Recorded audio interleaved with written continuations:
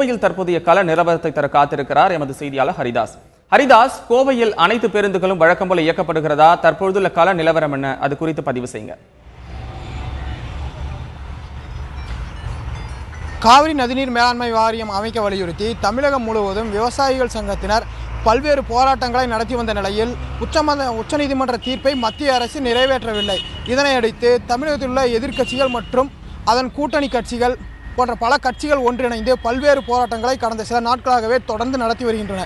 இந்த நிலையில் இன்று மாநில அளவில் கடையெடுப்பு போராட்டம் நடத்தி அதற்கு வணிகர் சங்கங்களும் ஆதரவளித்துள்ளன.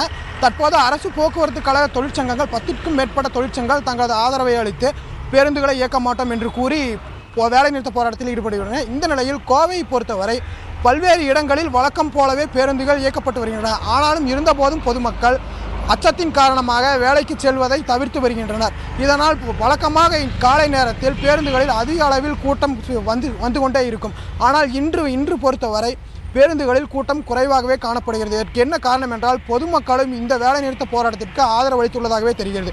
இது குறித்து கோவை மாநகரில் எத்தனை பேருந்துகள் இயக்கப்படுகின்றன, எத்தனை பணிமனைகள் உள்ளன, அவற்றில் எத்தனை பேருந்துகள் உள்ளன, எத்தனை தொழிற்சங்கங்கள் ஆதரவு தெரிவித்துள்ளது, அந்த தொழிற்சங்கங்களின் வருகை என்ன என்பது குறித்து நம்முடன் அண்ணா தொழிற்சங்க நிர்வாகி இருக்கிறார். அவரிடம் இது குறித்து கேட்போம். கோவை மாவட்ட அண்ணா தொழிற்சங்க மண்டல செயலாளர் சின்ராஜ். கோவை மாவட்டத்தை பொறுத்தளவு முதலமைச்சர் அவர்களின் ஆணைப்படியும் துணை முதலமைச்சர் அமைச்சர்களின் ஆணைப்படியும் ஊரக வளர்ச்சி உள்ளாட்சித்துறை அமைச்சர் ஆணைப்படியும் போக்குவரத்துறை அமைச்சர் அவர்களின் ஆணைப்படியும் கோவை மாவட்டத்தை பொறுத்தளவு 18 கிளைகள் உள்ளன. 18 கிளைகளிலும் 100க்கு 100 வண்டி ஓடப்பட்டன. ஊட்டி, வால்பாறை, பொள்ளாச்சி அனைத்து பேருந்துகளும் இயக்கப்பட்டன. எல்லா சங்கங்களையும் முன்னெடுத்து கோவை மாவட்டத்தில் பொறுத்தளவு 100க்கு 100% வண்டி இயக்கப்பட்டு சிறப்பாக செயல்பட்டு வருகிறது. பொதுமக்களுக்கு எந்த இடையூறும் இல்லாமல் அனைத்து கிளைகளும் வண்டி ஓடப்பட்டு இருக்கிறது.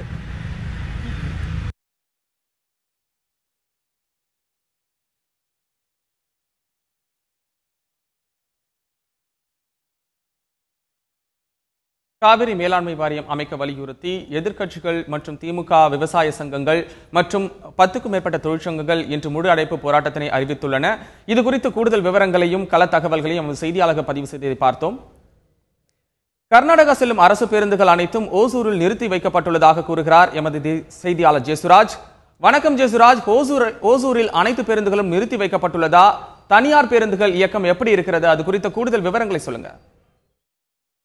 அதாவது காவிரி மேலாண்மை வாரியம் அமைக்க வலியுறுத்தி இன்று தமிழகம் முழுவதும் எதிர்க்கட்சிகள் உள்ளிட்ட விவசாய அமைப்புகள், போக்குவரத்து தொழிற்சங்கங்கள் எல்லாம் முழு கடையடைப்பு போராட்டத்தில் ஈடுபட்டு வருகின்றனர். இதன் ஒரு பகுதியாக பார்த்தீங்கன்னா தமிழகம் இந்த முக்கியமான பகுதி ஓசூர் பகுதி அருகிலே கர்நாடக மாநிலம் இருக்கிறதுனால தமிழகத்திலிருந்து கர்நாடக மாநிலத்துக்கு செல்லக்கூடிய தமிழக அரசு பேருந்துகள் அனைத்தும் மாநில எல்லையான ஓசூரிலே நிறுத்தம் செய்யப்பட்டுள்ளன. அதே போல கர்நாடக மாநிலத்திலிருந்து தமிழகத்திற்கு வரக்கூடிய கர்நாடக அரசு பேருந்துகள் எல்லாம் அதிகாலையிலே நிறுத்தம் செய்யப்பட்டுள்ளன. ஏன்னா இன்று தமிழகத்தில் காவிரி மேலாண்மை வாரியம் அமைக்க வேண்டும் என்பதை வலியுறுத்தி எதிர்க்கட்சிகள் உள்ளிட்ட அமைப்புகள் போராட்டம் நடத்துறது மாதிரி கர்நாடக மாநிலத்திலும் கன்னட அமைப்புகள் சார்பில் மாநில எல்லையிலே ஒரு மிகப்பெரிய போராட்டத்தை நடத்த உள்ளனர், வாட்டாள் நாகராஜ் என்பவருடைய தலைமையில. அதனால மாநில எல்லையில் ஒரு பெரும் பதற்றம் நிலவுவதாக இருக்கக்கூடிய ஒரு நிலை உள்ளது. அதனால இந்த பகுதியிலிருந்து கர்நாடக மாநிலத்துக்கு செல்லக்கூடிய அனைத்து பேருந்துகளும், அதாவது தமிழக அரசு பேருந்துகள் எல்லாம் நிறுத்தம் செய்யப்பட்டுள்ளன அசம்பாவித சம்பவங்களை தடுக்கும் பொருட்டு. ஆனால் இப்போ ஓசூரிலிருந்து தனியார் பேருந்து கர்நாடக மாநிலத்துக்கு செல்லக்கூடிய ஒரு நிலை இருக்கிறது. தனியார் பேருந்துகள் மட்டும் செல்லக்கூடிய நிலை இருக்கிறதால் இங்கே தினந்தோறும் ஓசூரிலிருந்து பள்ளி கல்லூரிகளுக்கு செல்லக்கூடிய மாணவர்கள், தொழிலாளர்கள், தினந்தோறும் சென்று வரக்கூடிய கர்நாடக மாநிலத்தில் செல்ல வரக்கூடிய வியாபாரிகள் என அனைத்து தரப்பினரும் பாதிக்கப்படக்கூடிய ஒரு சூழல் இருக்கிறது. அவர்கள் ஓசூர் பேருந்து நிலையத்தில் பல மணி நேரம் காத்திருந்து தனியார் பேருந்துகளில் ஏறி அங்கு செல்லக்கூடிய கூட்டம் நிரம்பி ஒழிகிறது. அந்த பேருந்துகளில் தான் சென்று வரக்கூடிய நிலை தற்போது இருக்கிறது. ஜெசுராஜ், நீங்க சொன்னீங்க தனியார் பேருந்துகள் இயக்கம் தற்பொழுது நடைபெற்று வருகிறது, மற்ற பேருந்துகள் ஓசூரில் நிறுத்தி வைக்கப்பட்டிருக்கிறதுன்னு. போதுமான பேருந்துகள் தற்பொழுது இயக்கப்பட்டு வருகிறதா? தனியார் பேருந்துகள் போதுமான அளவில் இல்லை.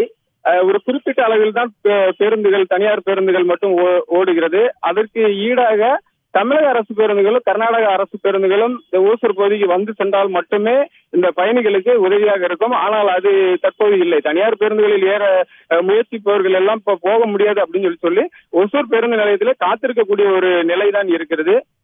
இதுதான் இப்போது இங்க இருக்கக்கூடிய ஒரு சூழல். கூடுதல் விவரங்களுக்கு நன்றி ஜெயசுராஜ். இதே போன்று விழுப்புரத்தில் உள்ள கள நிலவரத்தை நேரடியாக பதிவு செய்ய காத்திருக்கிறார் எமது செய்தியாளர் கோபிநாத். வணக்கம் கோபிநாத். விழுப்புரத்திலிருந்து அனைத்து பேருந்துகளும் வழக்கம் போல இயக்கப்படுகிறதா? சுற்று வட்டார கிராமங்களுக்கு வழக்கம் போன்று பேருந்துகள் செயல்படுகிறதா? பேருந்துகளின் எண்ணிக்கை எவ்வாறு இருக்கிறது? இது குறித்த கூடுதல் விவரங்களை சொல்லுங்க. காவேரி மேலாண்மை வாரியம் அமைக்க கோரி இன்று எதிர்க்கட்சிகள் விழுத்த அடைப்பு போராட்டம், அதை பற்றின வேலைநிறுத்த போராட்டம் காலை முதலே தொடங்கியிருக்கு. நம்ம விழுப்புரம் மாவட்டத்தை பொறுத்த வரைக்கும் அரசு போக்குவரத்து கழகம் ஒரு முக்கியமான பங்கு வகிக்குது. இங்கே பார்த்தீங்கன்னா விழுப்புரம் அரசு போக்குவரத்து கழகத்தில் இன்னைக்கு 99% பேருந்துகள் இந்த நேரம் வரைக்கும் இயக்கப்பட்டிருக்கதா இங்கே இருக்கிற தொழிற்சங்கத்தில் நமக்கு தகவல் தெரிவிச்சிருக்காங்க. மாவட்டம் முழுவதும் 2000க்கும் மேற்பட்ட காவல்துறையினர் ஆங்காங்கே பாதுகாப்பு பணியில் ஈடுபட்டிருக்காங்க. இது மட்டும் இல்லாமல் மத்திய அரசு அலுவலகங்கள் முன்பு கூடுதலான பாதுகாப்பு போடப்பட்டிருக்கு.